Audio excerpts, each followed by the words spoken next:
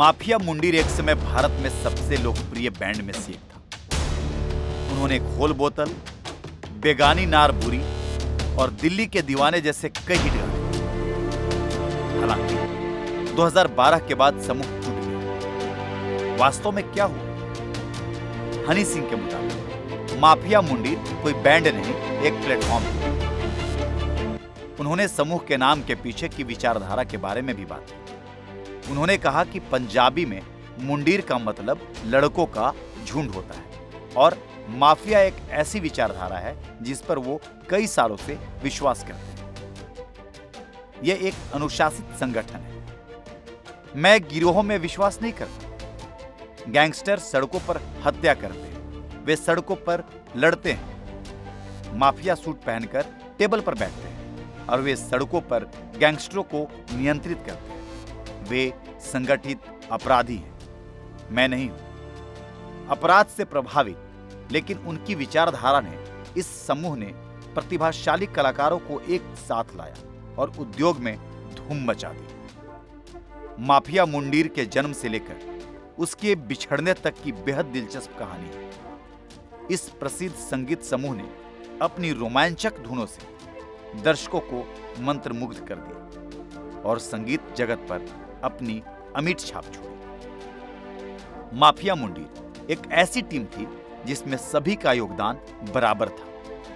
हालांकि इसे शुरू करने के पीछे मुख्य शक्ति हनी सिंह थे। उनकी व्यावसायिक मानसिकता और संगीत प्रतिभा ने कुशल कलाकारों को समूह में शामिल करने में बड़ी भूमिका निभाई। दूसरी ओर बादशाह ने समूह के मार्ग को आकार देने में महत्वपूर्ण भूमिका निभाई। समूह में वास्तव में प्रतिभाशाली कलाकारों का एक समूह था जिन्होंने समूह के संगीत में अपनी विशेष शैली जोड़ी। बादशाह और हनी सिंह के अलावा रफ्तार, इक्का और लील गोलू जैसे अन्य प्रसिद्ध नाम भी थे। ये कलाकार अलग अलग पृष्ठभूमि से आए थे और उनमें अद्वितीय संगीत कौशल था। इन प्रतिभाशाली कलाकारों की टीम एक मजबूत और प्रभावशाली शक्ति बन गई। माफिया मुंडीर ने दुनिया में तूफान ला दिया और दुनिया भर में लाखों लोगों को प्रभावित किया। बाद में समूह टूट गया क्योंकि सभी ने आत्म केंद्रित कहना शुरू कर दिया और बादशाह ने अपनी चुप्पी तोड़ी और अपनी कहानी बताई। मैं फोन करता, फोन नहीं उठा रहा था। तो जब तक हम माफिया मुंडीर में थे, हम एक दूसरे से नहीं मिले थे। हाँ, तो मतलब हमें मिलने ही नहीं दिया गया कभी। हालांकि हम मिलते तो शायद माहौल अलग होता। बादशाह ने हनी सिंह को आत्म केंद्रित कहा और कहा कि वो कई बार उनकी कॉल को नजरअंदाज कर देते थे। उन्होंने ये भी कहा कि वे साल उनके लिए चुनौतीपूर्ण थे और अंततः उन्होंने उन्हें बदल दिया। बादशाह ने कहा कि माफिया मुंडीर एक विचार था और समान विचारधारा वाले लोग एक साथ आए। मुख्य रूप से यह सिर्फ मैं और हनी थे। 2019 में मेरे और हनी के बीच ब्रेकअप हो गया। मैं नौकरी करता था और मुझे बहुत डर लगता था। हनी भी मेरे रडार से बाहर थे और जब मैंने उसे कॉल करने की कोशिश की तो उसने मेरी कॉल टाल दी। लेकिन जब तक हम माफिया मुंडीर में थे, हम कभी नहीं मिले। अगर हम मिले होते तो शायद चीजें अलग होती। हमने गाने बनाए लेकिन वो रिलीज नहीं हुए। हनी सिर्फ अपने करियर पर ध्यान दे रहे थे। मैं 2016 से माफिया मुंडीर से जुड़ा हुआ था और 2019 तक मेरे माता पिता मेरे बारे में बहुत चिंतित थे। 2011 में हनी के साथ मेरा पहला गाना आया, गेट अप जवानी। हम भी बहुत सारे गाने बना रहे हैं। कृपया हमारे बारे में भी सोचिए। हम सब कुछ छोड़कर यहाँ आए।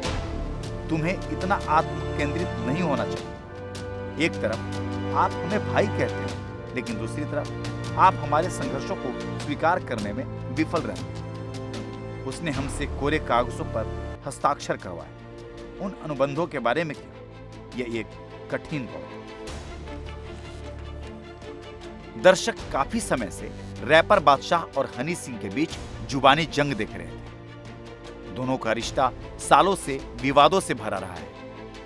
हालांकि करियर के शुरुआती दिनों में बादशाह और हनी सिंह के बीच अच्छी दोस्ती हुआ करती थी। हालांकि ऐसा लगता है कि सफलता और पैसे ने धीरे धीरे इस दोस्ती को पूरी तरह से खत्म कर दिया। अब दोनों अक्सर एक दूसरे पर तंज कसते नजर आते हैं। कुछ सालों तक हनी सिंह इंडस्ट्री से पूरी तरह गायब हो गए। एक व्यक्ति जो अपने प्रशंसकों से प्यार करता है और उन्हें अपने जीवन का एक प्रमुख हिस्सा मानता है, कुछ वर्षों के बाद उसने वापसी की। उसने बताया कि उसने ब्रेक क्यों लिया और इसका कारण यह था कि वो कुछ द्विध्रुवीय विकार और शराब से पीड़ित था। उन्हें सिर पर कुछ गंभीर चोटों का भी सामना करना पड़ा और अब उन्हें खुद को ठीक कर लिया है और संगीत उद्योग में वापस आ गए हैं।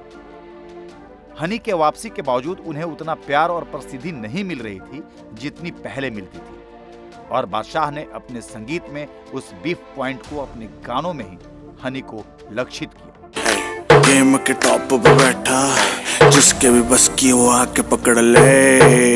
इनसे गेम क्रैक ही नहीं हो रहा, हिट कोई ट्रैक ही नहीं हो रहा। यहाँ फिर मैंने सीन चेंज किया और कुछ लोगों का कमबैक ही नहीं हो रहा। गाने के बोल थे, इनमें से गेम क्रैक नहीं हो रहा, कुछ लोगों का कमबैक नहीं हो रहा। ये अप्रत्यक्ष रूप से मधु के लिए था, जो सभी श्रोताओं के सामने स्पष्ट था।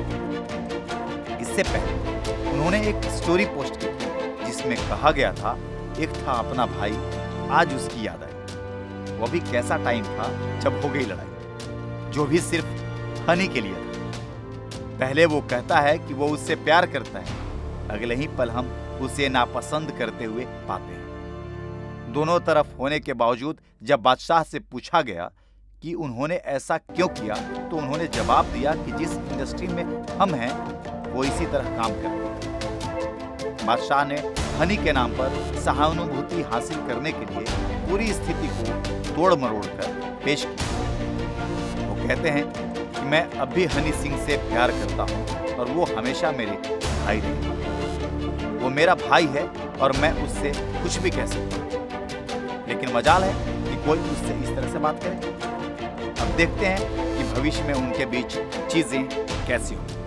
इसी तरह की अधिक जानकारियां और खबरों के लिए सब्सक्राइब करें बॉलीवुड सफर।